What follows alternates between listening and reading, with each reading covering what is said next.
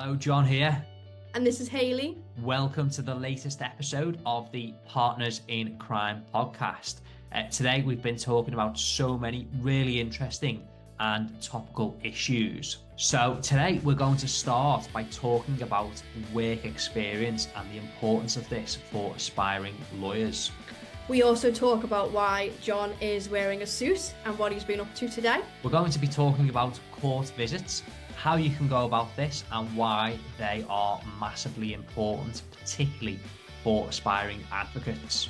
We also talk about alternative work experience options. So one big example we discuss is both of our time spent with the Systems Advice Bureau. We also talk about how important any part-time jobs you may have done will be in relation to your applications for training contracts and pupilages.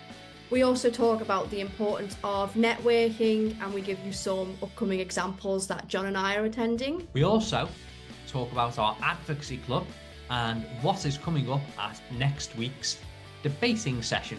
Finally, we have a good old chat about the difference between being a barrister and being a solicitor and how you can make that all-important choice for yourselves. So tune in. We hope you enjoy the podcast. Welcome to the podcast. Hello and welcome to the next episode of the Partners in Crime podcast. I'm John. And I'm Hayley. So we've got an interesting episode in store for you today. Lots to talk about. And the nice part is we're not even laughing at the start. Oh God, she started already. Here we go. No, composed. We can do straight this. faces. We're lawyers. We're professionals. We can do this without laughing. Yeah. So interesting episode it's going to be, isn't it, Hayley? Should be a good one, John. I think we should start by saying you look very dapper today. Thank you very much. Thought I'd dress smart for the listeners.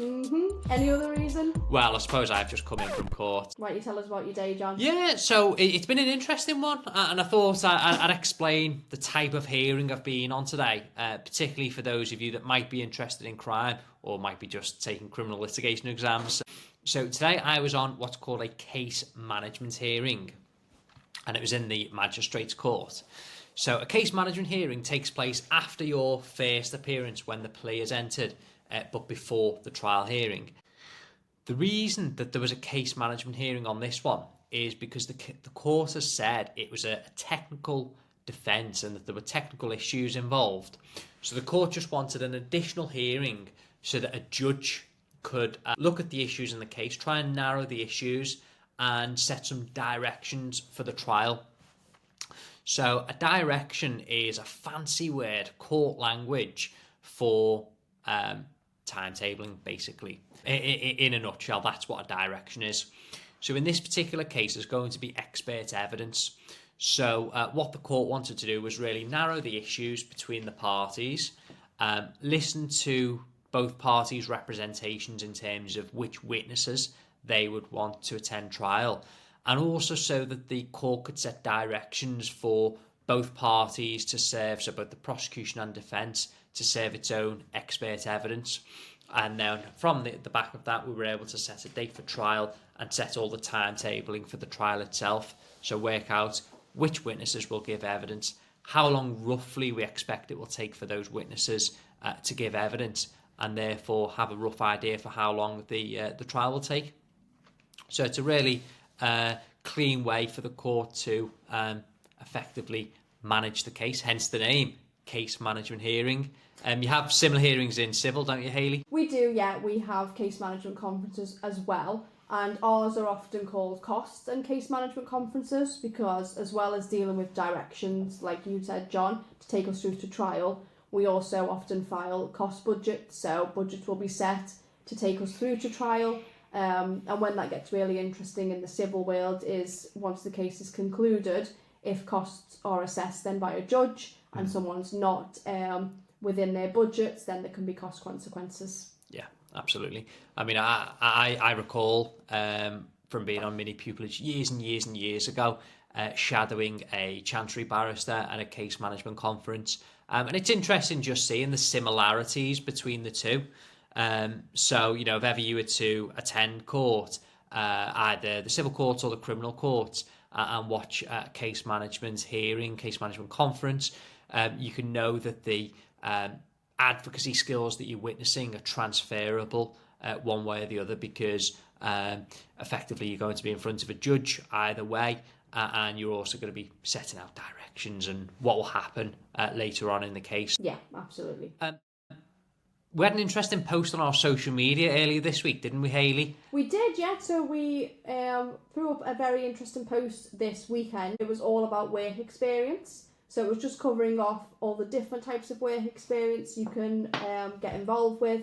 So things from the formal experiences to alternatives, and some interesting thinking outside the box options as well. Yeah. So we'll start with the traditionals then. Legal work experience, let's say. When we talk about legal work experience, first of all, I'll just explain, we are generally talking about vacation placements for aspiring solicitors and mini pupilages for aspiring barristers.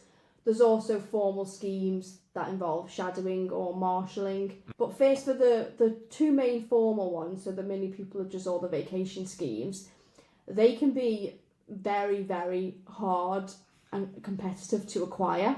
Yeah. So I myself, as an aspiring solicitor, didn't do a formal vacation scheme. Partly because I did a full legal placement, so kind of changed things quite significantly for me, because I worked at a law firm for a year.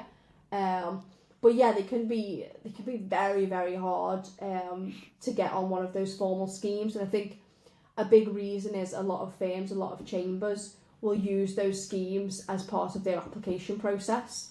So similar to when you're applying for pupillage or when you're applying for a training contract, there's probably thousands applying for a vacation scheme when there's only 3-5 available. So it's pretty tricky. And to say I didn't actually do a formal vacation scheme. Yeah, and as you say, they're very hard to come by though, aren't they, Hayley? Because, you know, you're applying for these during your law degree, let's say, or, you know, potentially during a GDL. And it's very difficult at that stage to stand out because, you know, let's say your first year, second year, you've gone in, you've taken some exams, you might have good exam results, great. But at that point, when you're 18, 19 years of age, it is hard to stand out from all the other people who are in the same boat as you. I mean, it's even hard, it's difficult to stand out even a couple of years later, but, you know, at that stage, it's very difficult. So, like yourself, I don't think I did many formal schemes at all. So I thought outside of the box. So I did a fair few work experiences with law firms, a fair few mini pupilages. But what I would do is, you know, I would look for local firms, local chambers, and I would write into them, and, you know, I would do a bespoke covering letter for the chambers or for the firm. And, you know, I would look at what areas of law they specialise in. You know, I was looking for specific firms or specific chambers.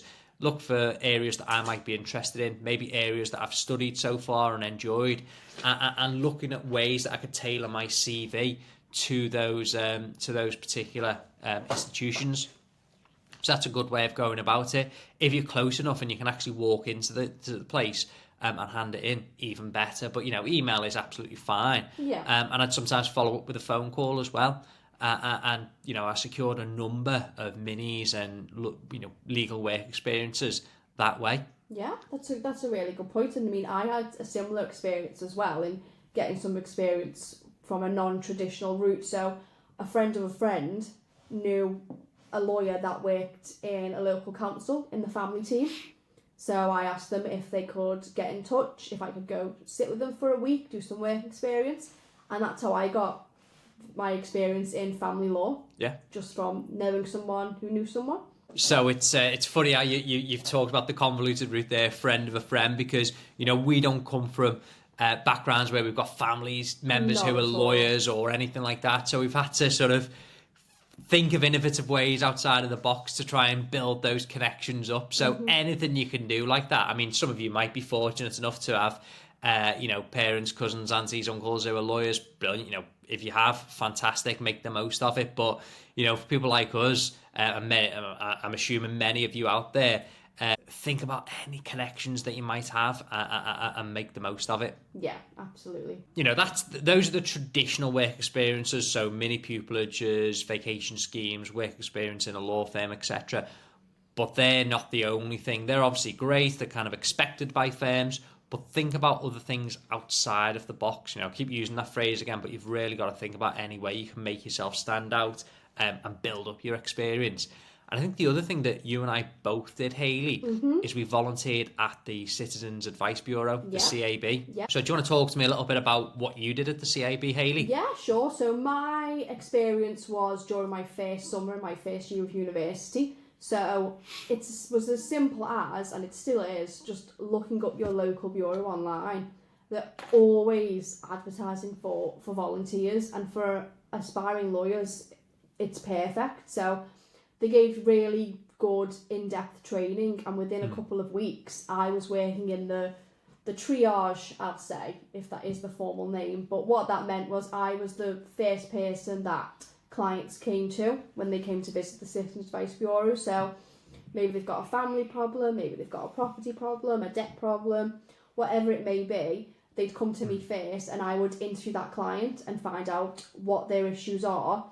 I would either give them some advice to take away if it was simple enough that I could do that on the day, or I would signpost them. So we might have had a property specialist, a debt specialist in the bureau, so we could either make them an appointment or we could put them in touch with somebody that day to take forwards whatever their issue was and to try and help them. So you're dealing with real life people with real life problems, and it was so valuable and so transferable into my career in law.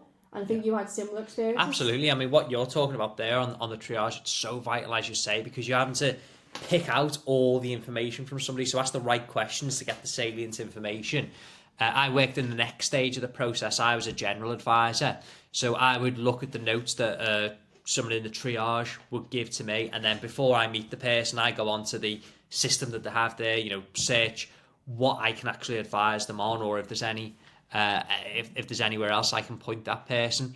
So once again, I'm there having to obviously try and get some information from the person, but also deliver the advice as well. So whichever role you go into, you're building up those crucial skills to be a lawyer, because whether you are a solicitor or whether you're a barrister, you're going to be doing either interviewing or conferencing with clients, and that involves asking the right questions so you can give the right advice, and also delivering the advice, because sometimes you're delivering great advice, sometimes you're delivering negative advice, and you need that experience. And the nice thing about the CAB in terms of building skills is they're dealing with such a broad cross-section of the public. And as a lawyer, in most areas of law, you will be dealing with a broad cross-section of the public. If you're a family lawyer, a criminal lawyer, general civil lawyer, your clients can come from any walk of life. So the CAB is absolutely brilliant for building those skills. And also, it's a nice sense of giving back, I think, because it's such a valuable service and it's such a rewarding thing to do. So not only is it good on a personal level for building skills, I think it's also quite a rewarding form of volunteering. So I really couldn't encourage it enough for aspiring lawyers. Yeah, and it's a skill that's really tested for when you're going forward and you're applying for training contracts. They expect you to have the knowledge and the expertise to be a lawyer. That's a given. Yeah. But to have the soft skills that are needed to deal with clients, some clients going through the most vulnerable and difficult part of their lives, that's where the experience comes in. That's where you need to show, I can really do this. In an interview, you might talk about, I dealt with one client who came in and her and her whole family were about to be evicted from their home, and I dealt with that. That's the stuff that you can't get from reading a textbook, the soft skills. That's what you need the experience for, and that's what's transferable across. Yeah. And that's really one of the big skills that I've built and learned over there, is how you explain what can be difficult concepts, but in a simplistic manner. And that's what clients want. They don't want, they don't want you to explain it in wishy-washy terms and using legalistic language that they're not going to understand. Break it down to its nuts and bolts and tell the client what the case is, and i.e., when I say what the case is, what the prospects are, and what the practical options are for the client. Yeah, I think another really valuable work experience, which is available to anybody, is visiting court. And you talk about this all the time, don't you, John? It's a piece of advice that you're constantly giving away. And it really can't be understated just how valuable it is. It really can't. It's absolutely crucial, particularly if you want to be an advocate. So if you want to be a barrister or a solicitor advocate, go to court. You can attend any court in the land. They're open buildings, with the exception of the youth court and certain hearings in the Crown Court. You can go and sit in the public gallery. And it's great experience for you because you get to go in and you're watching real life advocates perform advocacy. So you get to see how it's actually done at the coalface. And hopefully you'll learn one or two things that you can then incorporate, particularly if you're a student. You can incorporate that into your mooting or advocacy or wherever it might be. And likewise, if you're on your LPC and your bar course, you'll be doing advocacy there. So by going into court, you'll be watching advocacy and learning certain skills from people who are actually in practice. The other nice thing is you might learn some of the practical things, the practical side of the law.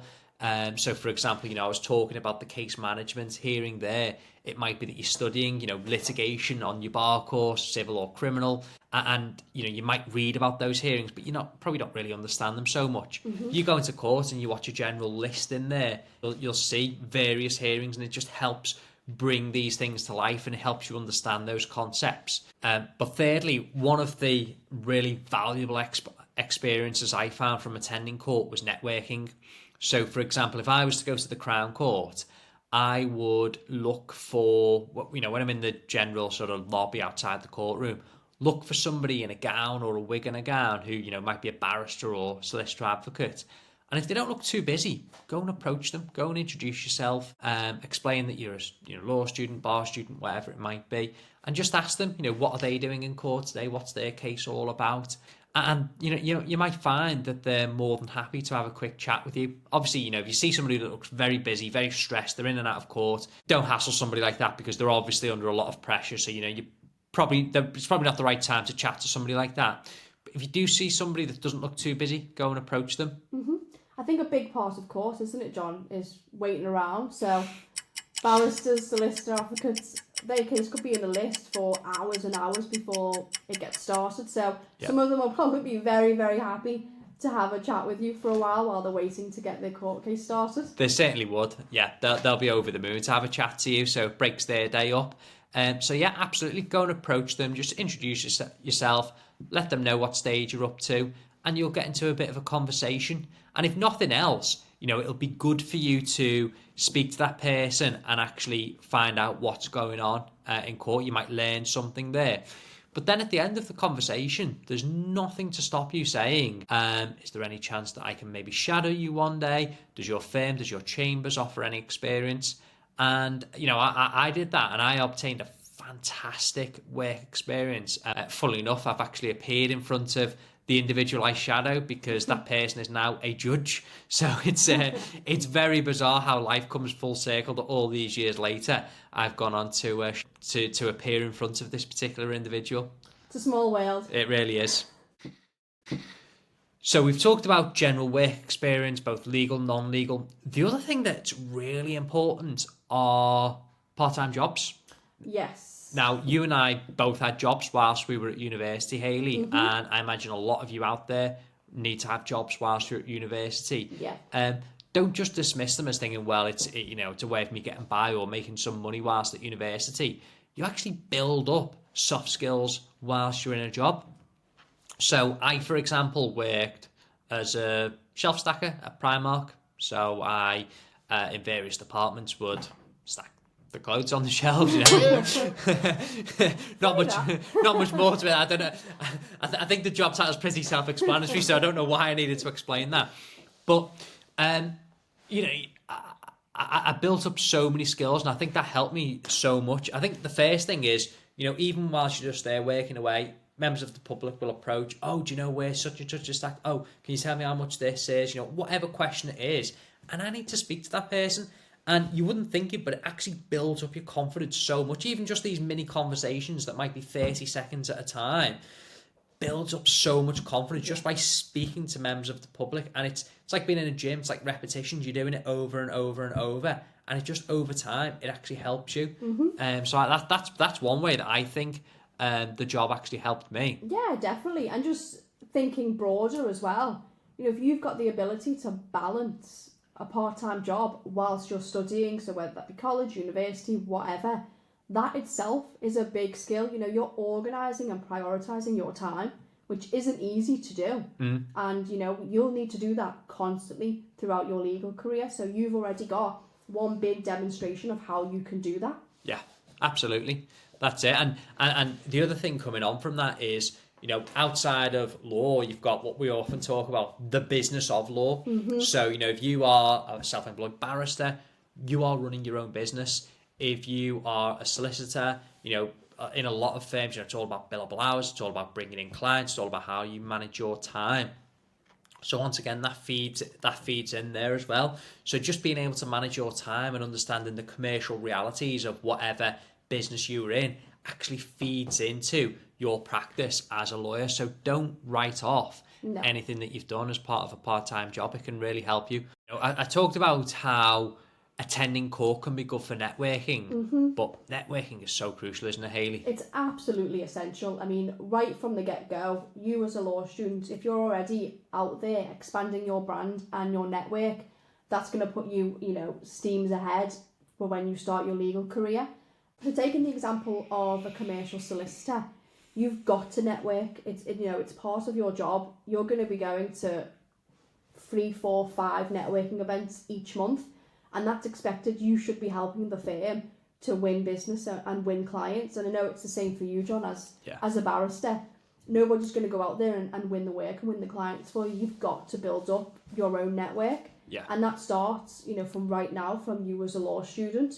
You might think, I'm only meeting other law students or paralegals, whatever it may be. But as you grow for your legal career, they're going to grow too. So somebody that's only a trainee solicitor today, in 10 years down the line, you know, they're a partner. They might be referring tons of work your way. So you might meet somebody today that's only stocking shelves in Primark. They've got an ambition to start their own business. 2 years down the line, they've started that business. In 10 years' time, they're referring work to that's billing hundreds of thousands of pounds a year.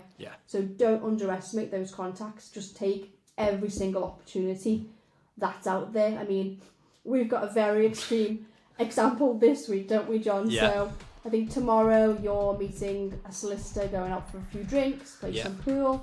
Wednesday you're at a BPP event. I am indeed, yeah. On Thursday we're going to the Law Society and Merseyside Junior Lawyers annual quiz. And on Friday we are driving all the way to Kent to take part in a huge triathlon competition. We are, yeah. Shout out to Darren Weir for organising that one. But yeah, no, it just sort of cements the point, doesn't it, Hayley? It's all about keeping yourself out there, keeping your face known, and mingling with other people in the profession. If nothing else, you know, it's nice just to socialise and meet other people in the profession. But yeah, absolutely, it's so crucial for you to remain current and keeping your brand known. Next week, Hayley, we've got the next session of the Advocacy Club, haven't we? We have, so I think it's our debating session next week. It certainly is, yeah. So the first debating session of April. Yep. We will try not to sidetrack our members with our usual crisp on a sandwich debate.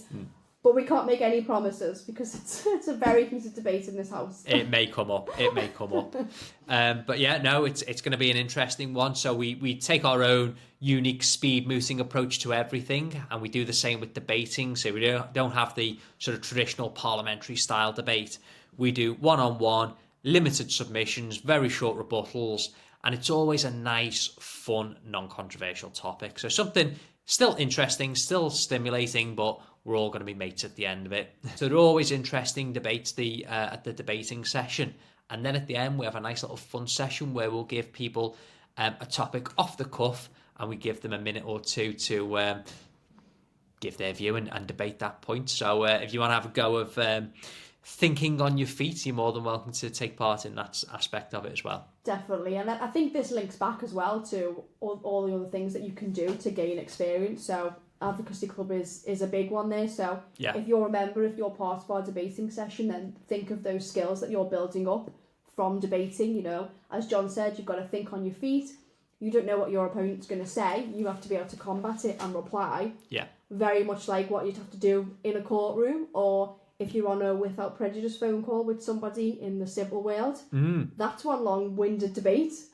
Very, very long-winded sometimes. So all of these skills you can take away with you into your legal career. Yeah, precisely. So as we say, think about any opportunity. And, there might be things that we've forgotten about. So if there are other opportunities, or maybe you've had a great opportunity that falls within the realm of what we've discussed, comment below. So pop that down in the chat. Let's see what ideas we can share. Yeah. Which brings us on to the next point, which is that we want to start answering some of your questions. So if you've got any comments or any thoughts or any questions you want answering, feel free to email us. That's info@speedmooting.com. Or contact us on our socials. We're on pretty much every social platform you can imagine. And the handle is always @speedmooting. So either send us a direct message or comment on one of our posts, and we will answer your question next time. So I think that the last thing that we were going to discuss, we were talking about experience and how that can be helpful for going into the profession, whether you want to be a barrister or solicitor. But some people don't necessarily always know the difference. Yeah, no, it's a really good point. What is the difference between a barrister or a solicitor, and how do you decide? It's a very big decision that you have to make pretty early on in your career. Yeah. And I always liked the analogy of the GP surgery analogy. Yeah, I think so. So if you think about it like this, so imagine you've got a medical issue. First port of call, you would always go and see your GP initially, wouldn't you? Likewise, if you've got a legal problem, you'll go and see a solicitor first. Now, obviously, I'll preface this analogy with times have changed. So you've got direct access barristers, you've got barristers that can do litigation, you've got solicitors that can do advocacy. I'm just talking about the traditional model here. So, as I say, if you had a medical problem, you go and see a GP initially. If you've got a legal problem, you go and see your solicitor initially. And it might be that with your legal problem, the solicitor can deal with it all themselves. So, it might be litigation. They might be able to come to a settlement with the other side. The case is all done and dusted, or whatever it might be. So the solicitor does all the day-to-day work on your case. They have all the initial and the general contact with the client. Now, if your case has a tricky point, they might go to a barrister for specific advice on that point.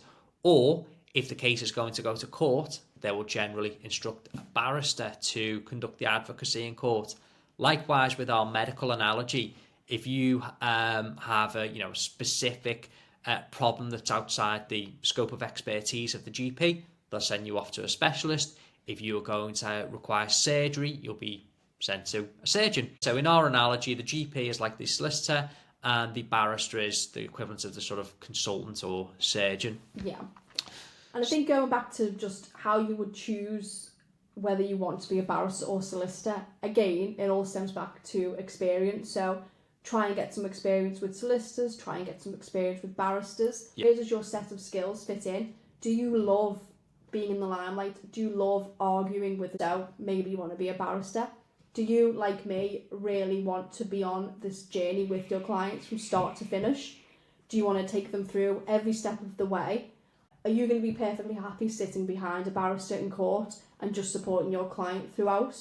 These are the type of things to think about. But as John said, there is always crossover. And in fact, some people will start from solicitors and will end up in the bar, or vice versa. So if you choose one route and it doesn't turn out to be the perfect route for you, life isn't over. No, not at all. And that's the point, isn't it? With this profession, there's so much crossover. You can always change at various points. If you don't like the area of law that you fall into, you can always retrain. I know so many people that have changed areas. Mm-hmm. I mean, I started out doing personal injury many, many years ago, and now I've been doing crime for a long time now. So no matter what you do, there's always scope to change. And that's just to reassure people, because we see a lot of people at the Advocacy Club, a lot of people comment on our posts saying, I'm in university, I have no idea what I want to do. Great. Well, I see that as a benefit, actually, because it means that you're going to be very open-minded and open to new opportunities. So if you're not sure, and even if you think you are sure, keep an open mind, because I probably changed a couple of times a year when I was at uni. You know, one day you're sure that you're going to be a chancery barrister, next week you're going to be a commercial solicitor, next week you're going to be a criminal barrister. So it changes all the time. If you don't know what you want to do, don't panic. That's actually a really good thing because it means you're going to be open-minded. Yeah, I mean, I remember when I was a trainee, I always wanted to be a litigator. Just general commercial dispute resolution was the route I wanted to go down. But my particular firm, particular office, one of the biggest teams we had was a real estate team, so transactional real estate. So it was kind of a given that every trainee would spend 6 months with real estate. And I hated property law. Hated studying it. Equity and trust was like, the bane of my life at university. So I was like, I'm going to hate this seat, but suck it up. Everyone has to do a real estate seat. And you know what? I actually loved it. I came out of those 6 months thinking, oh my God, am I a transactional lawyer? But turns out I wasn't quite a transactional lawyer. Real estate litigation, that was the perfect place for me to end up. But if I would have, kicked and screamed and refused to do a real estate seat or went into it thinking, I'm not even going to try because this is going to be awful, then who knows where I would have ended up. So as John said, I kept an open mind and I actually really, really enjoyed real estate and enjoyed property and ended up practicing there so many years later. Yeah. So that's it. The moral of the story, you just never know where you're going to end up. Mm-hmm. So that brings us to the end of the next episode. These are going to be coming out weekly, so keep an eye on wherever it is you listen to your podcasts on a Friday. So we've enjoyed this one. We're looking forward to bringing you the next one. Bye.